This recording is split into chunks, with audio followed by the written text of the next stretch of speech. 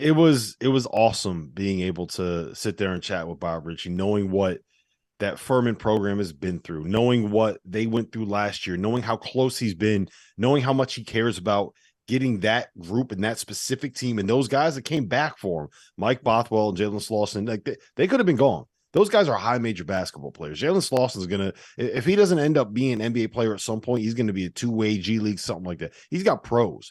And those guys came back for him to help him get the program where he wanted them to go. You know, he said it in the interview, right? Matt, you heard this. It's hard to build a program in college basketball in 2023. You build teams, you build rosters. It's hard to build a program. And it was so cool to see him celebrating, finally breaking through. Because, I mean, at that level, if you don't end up winning that tournament and getting hot for 3 days in the first week of March, like you would win 18 straight games in league play. You could do what Hofstra did tonight, and you lose in the semifinals of your conference tournament, Matt, and it all goes poof. So it was it was awesome to see him jump on the Zoom, sit down, and give us a Ric Flair woo. Yeah. And just smile, like we told him, like enjoy tonight. It's an unbelievable feeling to be able to cut those nets down and know at that level that your team is going to the tournament. I mean, there's nothing like it. I mean, my kids being born, and I said this to Bob, and we'll see it on the interview. I mean, my kids being born is the greatest memory, but in terms of your professional career, and man, there's just because there's so much goes into, and even like your family. Right? Because your family feels it. They feel it when you lose. They feel it when you go through adversity, and they're there for you, your wife, your kids, everyone, and all the players and everything they put into it. And when you get over that hump and you get that opportunity to cut those nets down, it's unbelievable. Think about this for Bob Ritchie, too. The 3 out of the last 5 seasons, they've won 25 or more games. And this is the first year that they're going to the tournament and forever. But just like think about that. Like the guy's done an unbelievable job.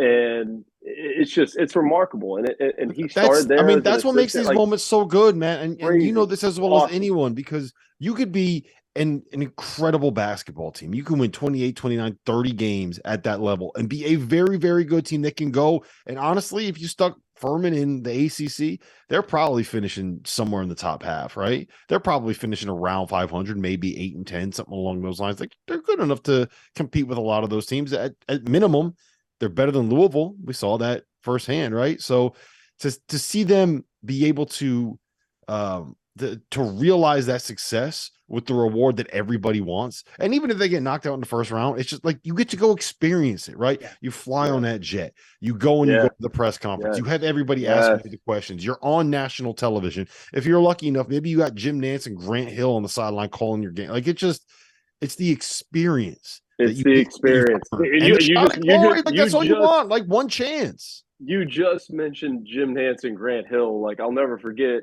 the night before we played Indiana in my hotel room.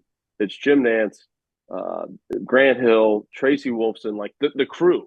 The crew was in there in my hotel. I'm like, is this real? Is this where we're at? I mean, it's the most unbelievable experience, and especially for those players, right? And especially the guys that came back. Like credit those guys. Like, because like you said, they could have gone anywhere. Those guys could have taken NIL deals.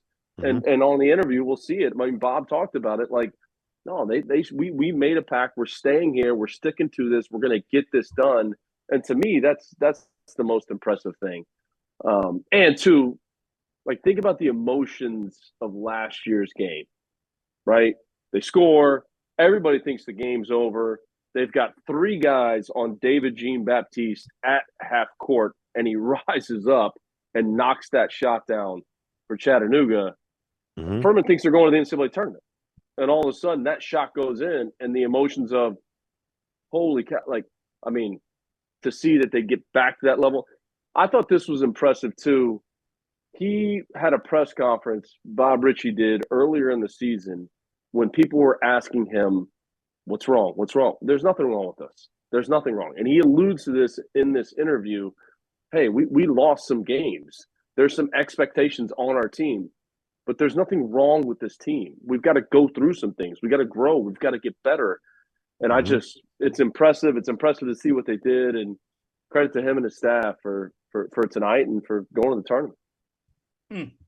Let's do a bid tracker quickly. Here are the teams that have clinched tickets to the NCAA Tournament, 32 automatic bids to be handed out. Kennesaw State, the Owls are dancing for the first time ever. They did that yesterday in the ASUN.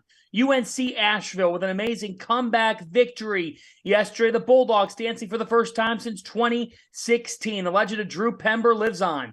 Drake winning Arch Madness. FDU out of the NEC. Tobin Anderson with one of the most amazing turnaround stories in college basketball this season. SEMO, Southeast Missouri State out of the OVC. They won that conference championship and add 2 more tickets to be handed out tonight. Furman out of the SoCon, dancing for the first time in 43 years. Louisiana also dancing on the Sun Belt. A couple more tickets to give out tomorrow out of the Horizon League, the WCC, and the CAA, which currently has a thrilling finish between Charleston and Towson coming. Winner of that one gets UNCW. But without further ado, let's talk with the head coach of those Furman Paladins. You guys talked about exercising those demons from a year ago. Hey guys, just a reminder, our sponsor for today's episode is Run Your Pool. They are hosting the Field of 68 Bracket Challenge. This year, they are giving away $1,500 in free prizes. It's all an incentive for you to get on there and find out just how good their platform is. I've been using them for my bracket pools for years. I've used them for Super Bowl squares. I use them for everything that I need to use them for. The biggest survivor pool that I'm in for both NFL and NCAA tournament is by Run Your Pool. So go check them out. The link's below. Tap in.